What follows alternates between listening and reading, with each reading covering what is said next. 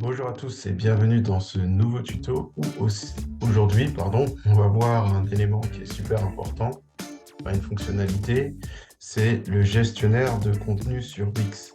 Alors le gestionnaire de contenu sur Wix, qu'est-ce que c'est? En fait, c'est un gestionnaire de base de données. Ça vous permet d'importer et d'exporter du contenu. Ce contenu, vous pouvez l'utiliser pour vos formulaires, pour vos pages dynamiques. Enfin, quand je dis vous pouvez l'utiliser pour vos formulaires, en fait, c'est du contenu qui va être récupéré des formulaires que vous avez mis en place sur Wix. Donc, je vais vous montrer tout de suite comment faire pour accéder au gestionnaire de contenu. Vous allez sur votre barre latérale gauche, juste ici, gestionnaire de contenu. Et donc là, vous pouvez voir qu'il y a différents gestionnaires de contenu. En fait, il y a différentes bases de données. Il y a une base de données pour le recrutement, il y a une base de données pour les demandes de devis, etc. En fait, ça correspond à toutes les fois où j'ai créé un formulaire, mais malheureusement, j'ai pas, j'ai pas utilisé tous les formulaires. J'utilise seulement un formulaire et c'est pour ça que vous avez plein de petites cases avec marqué 0 élément. 0 élément, ça veut dire, c'est à chaque fois en fait qu'il y a eu des données en fait. Donc quand il y a 0 élément, ça veut dire qu'il n'y a eu aucune donnée dans ce formulaire. Donc devis 1, 2, devis 12, contact 2, etc. C'est pour ça qu'il n'y a pas de, il n'y a pas d'éléments, il n'y a pas d'éléments dedans. Par exemple, le formulaire que j'utilise, sur tout le site, c'est le même, c'est devis pop-up. Et là, il y a plus de 152 éléments. Donc là, je vais retourner là, vous pouvez voir en fait toutes les demandes de maquillage qu'il y a eu, avec les différentes données, les prénoms, les adresses mail, etc. Vous avez aussi ici un autre formulaire. Donc en fait, je recrute des maquilleuses sur ce site-là. Et là, en fait, vous voyez toutes les candidatures qui ont été soumises à ce formulaire.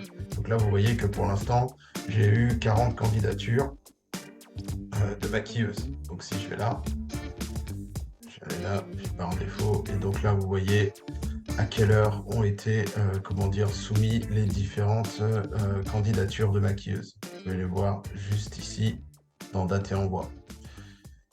Donc voilà. Ensuite, qu'est-ce qui est intéressant de voir dans le tableau de bord du gestionnaire de contenu? Donc là, je suis sur mon tableau de bord. Là, vous pouvez voir à tout moment, vous pouvez à tout moment retourner sur gestionnaire de contenu. Là, quand je clique, je vais dans mon gestionnaire de contenu qui concerne le recrutement des maquilleuses. Donc, je l'ai bien appelé recrutement maquilleuse. Là, vous avez la vue par défaut. Donc, dans cette vue, vous avez toutes les données.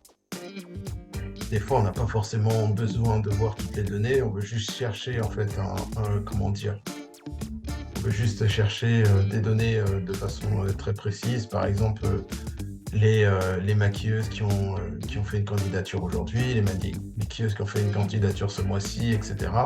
Et donc, pour ça, on a ce qu'on appelle les filtres. Donc, vous pouvez cliquer ici sur filtre, cliquer sur nouveau filtre. Et là, en fait, par exemple, sur date et heure d'envoi, vous avez date et heure d'envoi, vous avez plein d'autres, d'autres champs sur lesquels vous pouvez faire des filtres. Par exemple, vous voulez que les maquilleuses dans un certain arrondissement, vous voulez que les maquilleuses, dans un certain pays. Donc, par exemple, là, je vais mettre pays, je vais mettre contient, je vais mettre France. Donc ça, c'est un premier filtre. Donc, je peux ajouter ce filtre-là. Hop, là, ça m'a fait un filtre. Je peux ajouter encore un autre filtre dessus. Je vais mettre est égal à l'heure où j'enregistre cette vidéo, on est le 15 décembre 2022. Je vais mettre 1er décembre. Je vais mettre est égal après ou est égal. Donc en fait, ça va être toutes les demandes de recrutement de maquilleuses que j'ai eues ce mois-ci. Donc je vais ajouter un filtre. Et là, vous voyez qu'il n'y en a eu que 2. Vous comprenez? Donc avec les filtres, on peut avoir, en fait, ça permet d'avoir des vues un peu plus précises sur ce qu'on a besoin. Là, vous avez le tri. Donc, quand je clique ici sur trier, je peux ajouter un tri et puis en fait, je peux mettre du plus ancien au plus récent en fonction de la date d'heure d'envoi. Sur le nombre de personnes, je peux mettre aussi du plus grand au plus petit, etc. Et vous ajoutez le tri. Ensuite, là, vous avez géré les champs. Par exemple, là, j'ai plein de champs. Je n'ai pas forcément besoin de voir tous ces champs-là. J'ai peut-être besoin de voir le prénom, juste le prénom. Donc, en fait, je vais désélectionner tout ça. Le téléphone, j'en ai pas besoin. Imaginons que je veux voir le prénom et l'adresse mail. J'ai désélectionné tout ça. hop, hop, hop, hop, hop, hop. Peut-être le département, ça peut m'intéresser. Canton, non. Date et heure, non, ça m'intéresse pas. Et donc là, j'ai adresse mail. J'ai adresse mail et j'ai numéro, j'ai prénom et adresse mail. J'ai d'autres données utiles comme comment dire, le SIRET, le diplôme, etc. Et donc là, je vais fermer juste ici. Et donc là, j'ai bien, par exemple, cette adresse mail-là qui correspond à Sarah, une autre qui correspond à Odéline. Là, vous avez le département et j'ai leur SIRET et j'ai leur lien Instagram, etc. Donc ça, c'est, comment dire, donc je vous remets email. Là, hop, Instagram, SIRET. Donc ça, c'est des données, comment dire, intéressantes pour faire des filtres. Ce qu'on peut voir aussi, c'est que ça, je peux l'afficher soit sous forme de tableau, soit sous forme de liste. Donc là, vous voyez la liste. J'ai aussi la galerie juste ici. Voilà la galerie avec les images. Donc moi, je préfère quand même le tableau, beaucoup plus simple. Donc juste au-dessus, vous avez aussi les nouvelles vues. En fait, nouvelle vue, ça vous permet d'enregistrer un filtre. Donc là, je vous ai fait un filtre. J'aurais pu l'enregistrer et comment dire, lui donner un nom. Je l'ai déjà fait pour maquilleuse dans le 94. Donc là, quand je clique ici, j'ai fait un filtre. Et donc pour retrouver mon filtre, j'ai juste là. Et là, dans ce filtre, j'ai mis département, ton département, et j'ai mis contient Val-de-Marne. Alors comment j'ai eu ces données? Je vais vous montrer, c'est tout simple. Là, je vais sur mon éditeur, je vais dans ma page, je vais dans gérer page. Alors, hop, je vais dans gérer page. Je vais sur ma page menu du site, sur ma page recrutement, et là, vous allez voir le formulaire que j'ai mis en place et qui me permet en fait de récolter les candidatures. Et suite à une soumission dans ce formulaire, je peux voir en fait les candidatures. Alors, où est-ce qu'il est? Alors voilà, j'ai retrouvé la page de recrutement. Je vais juste ici. Là, on est sur la page de recrutement, ça a chargé. Vous voyez, en fait, toutes les données que je vous ai montrées dans le gestionnaire de contenu, elles se trouvent en fait dans ce formulaire. En fait, si vous voulez, c'est ce formulaire qui va récupérer les données. Donc ça, c'est une des fonctionnalités du gestionnaire de contenu, c'est de pouvoir retrouver les données qui ont été soumises à un formulaire. Ça, c'est une des fonctionnalités. Pour être sûr que votre formulaire récupère bien les données, vous devez aller dans paramètres du formulaire. Et donc là, vous allez dans les paramètres. Et donc là, normalement, en fait, là vous ne le verrez pas forcément, mais quand vous mettez un nouveau formulaire, il faut que vous alliez dans tableau des formulaires reçus. Et comme ça, en fait, ça va pour bien vous assurer que ça crée un gestionnaire de contenu quand il y a que ça crée en fait que ça récolte les données dans le formulaire quand vous avez une soumission. Donc en fait, ça récolte les données dans le formulaire et ça les récupère dans le gestionnaire de contenu.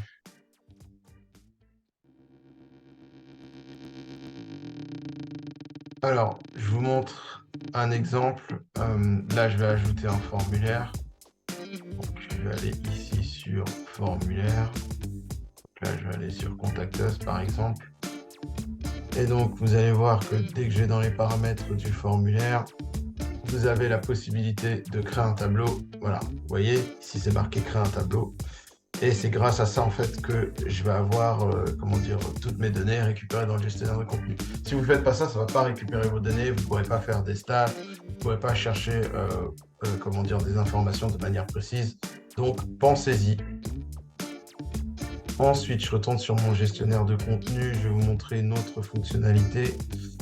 Donc, vous avez ici, dans plus d'actions, la possibilité d'importer des éléments en cliquant là. Donc, vous pouvez importer un fichier CSV et mettre à jour votre gestionnaire de contenu. Donc là, vous mettez sélectionner un fichier et puis vous cherchez tout simplement dans votre ordinateur. Donc là, je ferme. Vous pouvez aussi exporter en CSV ces données.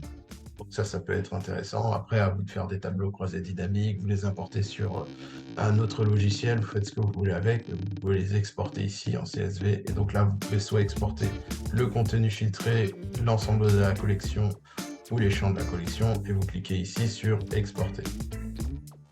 Donc, hop, je vais mettre annuler. Dernier élément dans le tableau de bord des gestionnaires de contenu. Ce que vous pouvez faire aussi, c'est ajouter un élément. Vous avez deux boutons pour ajouter un élément.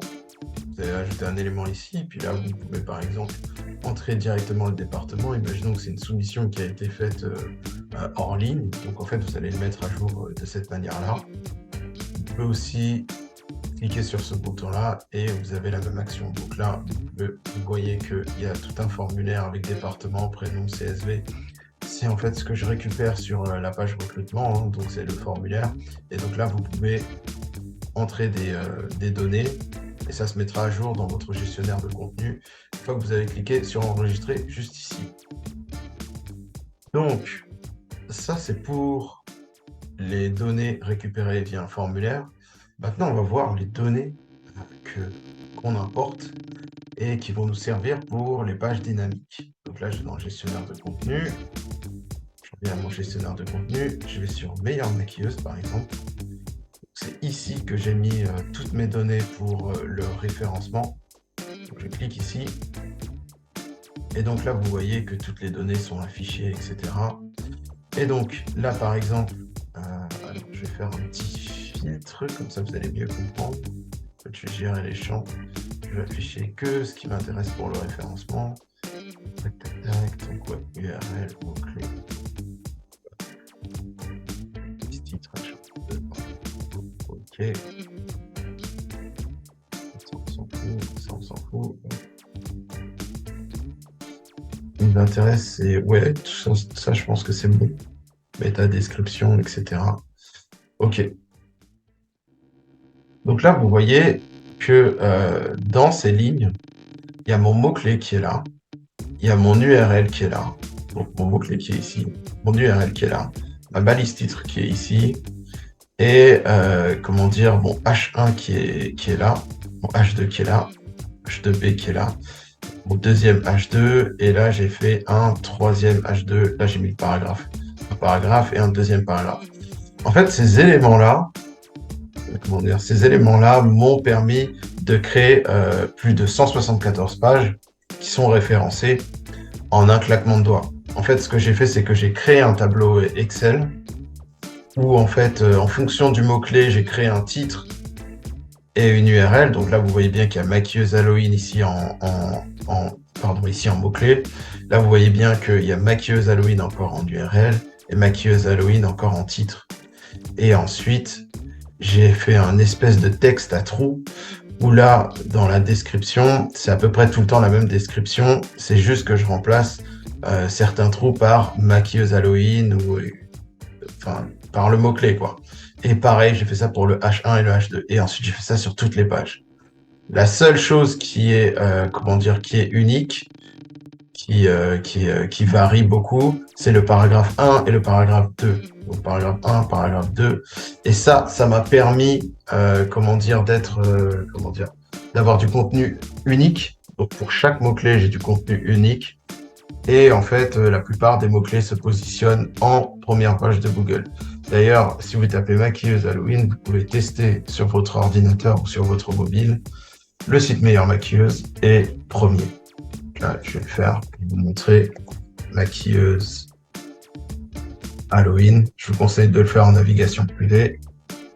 Maquilleuse Halloween, normalement. Ouais, meilleure maquilleuse. Vous voyez, maquilleuse Halloween, on est premier. Et on se positionne sur plein d'autres, plein d'autres mots-clés comme ça. Donc là, si je vais là, hop, keyword, vous voyez qu'on se positionne sur plein d'autres mots-clés, maquilleuse Halloween, maquilleuse libanaise Paris, maquilleuse anniversaire, etc. Donc tout ça, c'est grâce au gestionnaire de contenu. Maintenant, je vais vous montrer comment en fait j'ai importé ces éléments dans les pages. En fait, j'ai tout simplement créé des pages dynamiques. Donc ça, j'ai supprimé. Hop. ce formulaire, je vais aller dans le gestionnaire de mes pages, je vais aller sur, voilà, sur mes pages, les pages dynamiques. Donc, pour ceux qui ne comprennent pas, je vous renvoie à mon tuto sur les pages dynamiques. Je ne vais pas le refaire ici, hein, c'est tout un, comment dire, c'est, en fait, il vaut mieux le traiter à part. Donc, j'ai fait un tuto spécial là-dessus. Là, je suis dans une de mes pages dynamiques. Vous voyez là, par exemple, ça là, ce titre-là, en fait, ce titre-là, il s'adapte à mon gestionnaire de contenu. Donc là, par exemple, dans mon gestionnaire de contenu, j'ai mis un cours de maquillage, j'aurais dû mettre en Guadeloupe, là j'ai fait une petite erreur, avec la meilleure maquilleuse de votre région. Et donc en fait, ce titre-là, je l'ai pas, je l'ai pas réécrit. En fait, ce petit bouton-là l'a récupéré depuis mon gestionnaire de contenu. Donc en fait, quand vous êtes sur une page qui est connectée aux données, quand vous êtes sur une page dynamique, et en fait là, vous allez choisir dans quel gestionnaire de contenu, en fait, vous allez puiser votre contenu. Et donc là, par exemple, j'ai mis meilleure maquilleuse item. J'ai créé un dataset. Je vous conseille d'aller voir la vidéo, le tuto sur sur les pages dynamiques.